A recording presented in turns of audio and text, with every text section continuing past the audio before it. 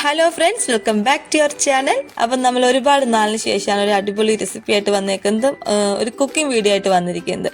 അപ്പം ട്രെൻഡിങ് ഒക്കെ ആയിട്ട് കുറച്ച് നാളെ ഒരു റെസിപ്പിയാണ് കേട്ടോ ഇന്ന് നമ്മൾ ഇടാൻ പോകുന്നത്. ഒരുപാട് നാളെ 2 മാസമൊക്കെ ആയിട്ടുണ്ട്. അപ്പം എന്താണെന്ന് വെച്ചാൽ നമ്മുടെ പാൽക്കപ്പയുടെ റെസിപ്പി ആയിട്ടാണ് ഇന്ന് വന്നിരിക്കുന്നത്. തീർച്ചയായിട്ടും നിങ്ങൾക്കൊക്കെ ഇഷ്ടപ്പെടും. നല്ല അടിപൊളി റെസിപ്പിയാണ്. അതുപോലെ ഈസി ആയിട്ട് തയ്യാറാക്കുന്ന മെത്തേഡാണ് ഇവിടെ കൊടുത്തിരിക്കുന്നത്. അതുപോലെ തന്നെ ഈസി ആണെങ്കിൽ പോലും ടേസ്റ്റിന് യാതൊരു കുറവുമില്ല. അപ്പം എങ്ങനെയാണ് നമുക്കിത് തയ്യാറാക്കുന്നതെന്ന് നോക്കാം. അപ്പം അതിനായിട്ട് ഞാൻ ഏകദേശം ഒരു 3 കിലോ അളവിലാണ് കപ്പ എടുത്തിട്ടുള്ളത്. അത്യാവശ്യം നല്ല ക്വാണ്ടിറ്റിയിലാണ് ഇത് ഉണ്ടാക്കുന്നത്. മീഡിയം സൈസിൽ, അതായത് തീരെ ചെറുതായിട്ടും കട്ട് ചെയ്യാൻ പാടില്ല, വലുതായിട്ടും കട്ട് ചെയ്യില്ല. മീഡിയം സൈസിൽ നമ്മളിത് കട്ട് ചെയ്തെടുക്കുക. അതിനുശേഷം നോർമലി നമ്മൾ കപ്പ വേവിക്കുന്ന പോലെ വേവിച്ചെടുക്കുക. അതുവരെ നമ്മൾ നോർമലി കപ്പയൊക്കെ വേവിക്കുന്ന സ്റ്റെപ്പ് വരെയൊക്കെയാണ്. അപ്പം ഞാനിത് വേവിച്ചിരിക്കുന്നതെന്ന് പറയുമ്പം 2 വിസിൽ, വെള്ളം തിളച്ചതിന് ശേഷം കപ്പയിട്ട് ഉപ്പൊന്നും ചേർക്കാണ്ട് 2 വിസിൽ അടുപ്പിച്ചിട്ടാണ് വേവിച്ചെടുത്തിട്ടുള്ളത്. അത്യാവശ്യം നല്ലപോലെ തന്നെ വെന്ത് കിട്ടിയിട്ടുണ്ട്. ഇനി നമുക്ക് ഇതിലേക്ക് വേണ്ടിയിട്ടുള്ള ബാക്കിയുള്ള ഇൻഗ്രീഡിയൻസ് ഒക്കെ ചേർത്ത് കൊടുക്കാം. പാൽക്കപ്പയ്ക്ക് വേണ്ടിയിട്ടുള്ള ഇൻഗ്രീഡിയൻസ് ഒക്കെ നമുക്ക് ഇതിലേക്ക് ചേർത്ത് കൊടുക്കാം. അപ്പം ഞാൻ ഇതിലേക്ക് ചേർത്ത് കൊടുക്കാം ഒരു 1.5 മുറി തേങ്ങ. ഒരു മുറി ചെറിയ തേങ്ങയാണ്, 1.5 മുറി തേങ്ങ. ഒരു തേങ്ങ ഫുള്ളും ഒരു അരമുറിയും കൂടെ. അതിന്റെ 2ാം പാലാണ് ചേർത്ത് കൊടുക്കുന്നത്. ഈ ഒരു അളവിൽ തന്നെ മതിയാവും ഈ 3 കിലോ കപ്പയ്ക്ക്. ഒരുപാട് ചേർത്ത് ഒത്തിരി അങ്ങ് വെള്ളം പോലെ ആക്കണ്ട. അപ്പൊ അതിനുശേഷം ഒരു 6 7 അല്ലി വെളുത്തുള്ളി, 4 5 അല്ലി ചുവന്നുള്ളി, ഒരു 4 പച്ചമുളക്, കുറച്ച് ഇഞ്ചിയും കുറച്ച് നല്ല ജീരകം കൂടെ ചതച്ചത് കൂടി ഇതിലേക്ക് ചേർത്ത് കൊടുക്കുക.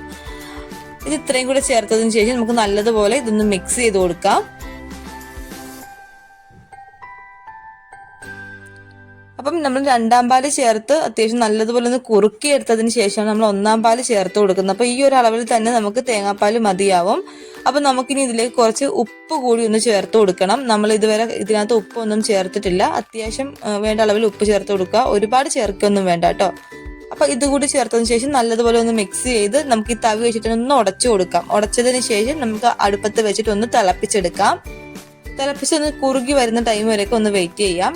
അപ്പൊ കുറുകി വന്ന് തുടങ്ങിയെന്ന് കാണുമ്പോഴേക്കും നമുക്ക് 1ാം പാല് കൂടി ഇതിലേക്ക് ഒഴിച്ചു കൊടുക്കുക. 1ാം പാലും കൂടി ഒഴിച്ചിട്ട് അത്യാവശ്യം നല്ലപോലെ ഒന്ന് കുറുക്കിയെടുക്കുക.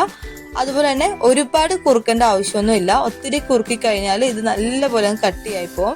കുറച്ചൊക്കെ ഒരു തേങ്ങാപ്പാലിന്റെ ഒരു എന്താ പറയുക ചാറ് പോലെയൊക്കെ തോന്നണം. അത് കുറച്ച് കഴിയുമ്പോൾ, തണുത്ത് കഴിയുമ്പോഴും കറക്റ്റ് അതിന്റെ കൺസിസ്റ്റൻസിയിലേക്ക് ആയിരിക്കും.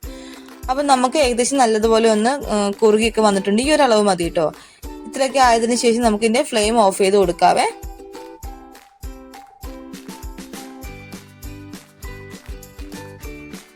അപ്പൊ ദാ ഈ ഒരു പരുവത്തിൽ നമ്മളിത് കുറുക്കി എടുത്തിട്ടുണ്ട്. ഇനി തണുത്ത് കഴിയുമ്പോൾ കുറച്ചുകൂടെ ഒന്ന് തിക്കായിട്ട് വരും.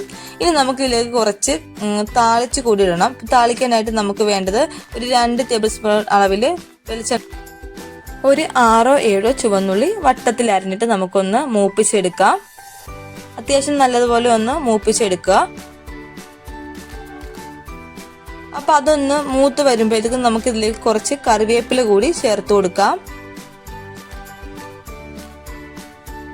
ഇനി നമുക്ക് ഇതിലേക്ക് ഒരു ഉണക്കമുളക് ഉണ്ടെങ്കിൽ ഉണക്കമുളക് ചേർത്ത് കൊടുക്കുക. അപ്പം എൻ്റെ കയ്യിൽ ക്രഷ്ഡ് ചില്ലി ആയതുകൊണ്ട് ഒരു ടീസ്പൂൺ അളവിൽ ഞാൻ ഇതിലേക്ക് ക്രഷ്ഡ് ചില്ലി ചതച്ച മുളക് ചേർത്ത് കൊടുക്കുന്നുണ്ട്.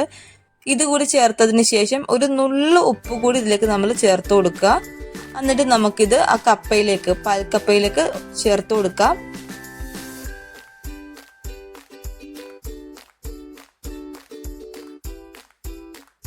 അപ്പൊ ഇതുകൂടി ചേർത്ത് കഴിയുമ്പോഴേക്കും നമ്മുടെ പാൽക്കപ്പയ്ക്ക് നല്ല അടിപൊളി ഒരു ടേസ്റ്റ് ആണ്. ഇനി നമുക്ക് നല്ലതുപോലെ ഇതൊന്ന് മിക്സ് ചെയ്തെടുക്കാം.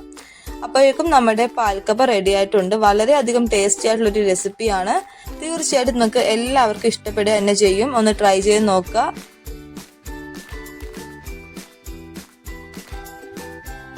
നമ്മുടെ ചിക്കൻ കറിയുടെ കൂടെയാണ് നമ്മളിപ്പോൾ സർവ് ചെയ്യുന്നത്. നമുക്ക് ചിക്കൻ കറി അല്ല ബീഫ് കറി അല്ലെങ്കിൽ മീൻ കറി ഒക്കെ ആയിട്ട് നല്ല അടിപൊളി ഒരു കോമ്പിനേഷൻ ആണിത്. അപ്പം നിങ്ങൾ എന്തായാലും എല്ലാവരും ട്രൈ ചെയ്ത് നോക്കുക. ഇഷ്ടപ്പെടുകയാണെങ്കിൽ ഒന്ന് ലൈക്ക് ചെയ്യുക, വീഡിയോ ഒന്ന് ലൈക്ക് ചെയ്യുക. അതുപോലെ തന്നെ ചാനൽ ഒന്ന് സബ്സ്ക്രൈബ് ചെയ്ത് സപ്പോർട്ട് ചെയ്യുക.